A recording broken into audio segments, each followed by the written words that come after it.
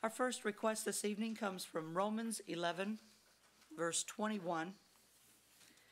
For if God spared not the natural branches, take heed lest he also spare not thee. A very solemn warning.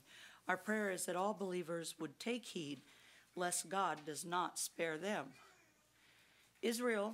Many of Israel made the mistake of trusting in their natural birth, which wasn't a stretch for a conclusion for them under the old covenant. They were in covenant by birth, but they didn't keep the covenant, and there was more to it.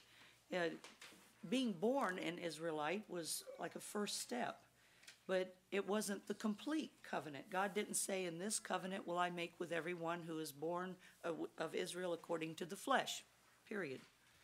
It was a bigger covenant than that. But now the covenant that we are born into, and we are born into this new covenant, is a covenant of the Spirit, a covenant where we are adopted by God. But we have to remember not to be boastful, because it isn't a birthright that can't be lost, so to speak. There's more to the covenant than just the initial entering in. And also, we want to be very careful that we don't boast against the natural branches. That we want to learn.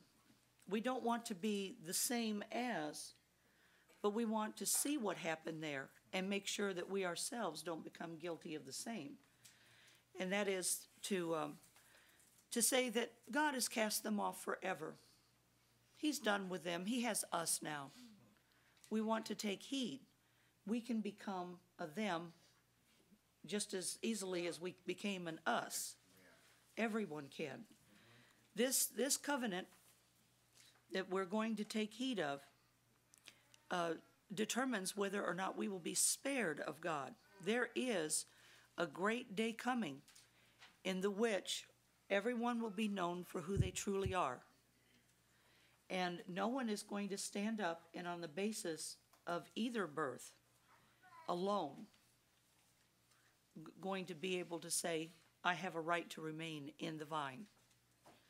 We must all strive to maintain. Now, God is the one that empowers. He's the one that actually accomplishes it. But we can't set it aside any more than they could.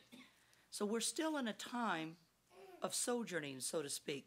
We haven't made it safely home yet. We're still en route.